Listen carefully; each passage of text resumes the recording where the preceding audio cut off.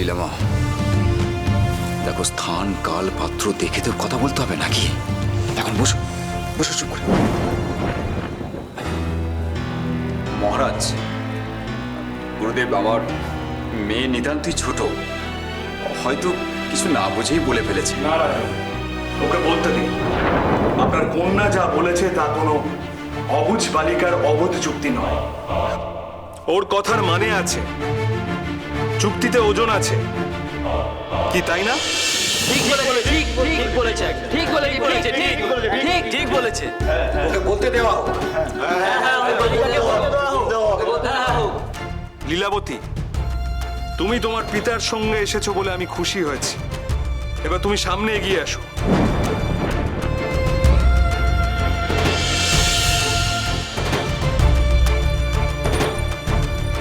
এই সভাতে সবাই সবার নিজের কথা বলার, যুক্তি দিয়ে লড়াই করার অধিকার আছে। তুমিও তোমার যুক্তি সবার সামনে নির্ভয় বলো।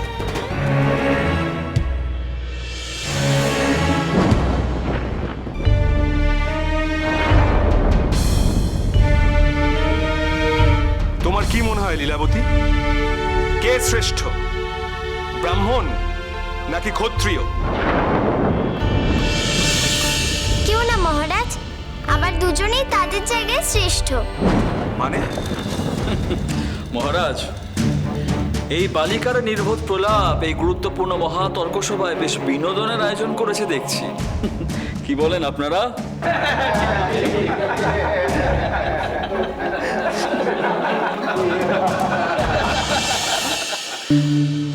আমি ছোট, কতটুকুই বা জানি, কিন্তু আমার ছোট্ট বুদ্ধিতে আমি এইটুকু বুঝেছি, এই সমাজে জাত অনুযায়ী কেউ ছোট বড় হয় না মহারাজ। মানুষের কাজই তার জাতের পরিচয়। মানুষ যে জাতেরই হোক না কেন, নিজের কাজটা সততা দিয়ে করাই তার ধর্ম।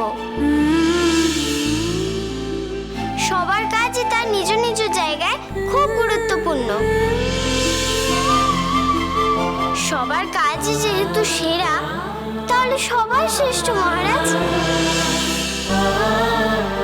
তার অর্থ হলো জুতো সেলাই থেকে চণ্ডীপাঠ সব সমান, অর্থাৎ আমি আর একজন সামান্য মুচি, আমরা এক। এটা কোনো যুক্তি হলো?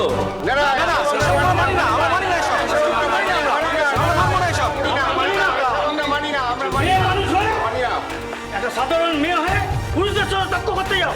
চুপ করো, তুমি থামো। ভদ্র মহোদয়গণ, আপনারা দয়া করে এই বালিকাকে মার্জনা করুন। একেই বলে অল্প বিদ্যা ভয়ঙ্করী।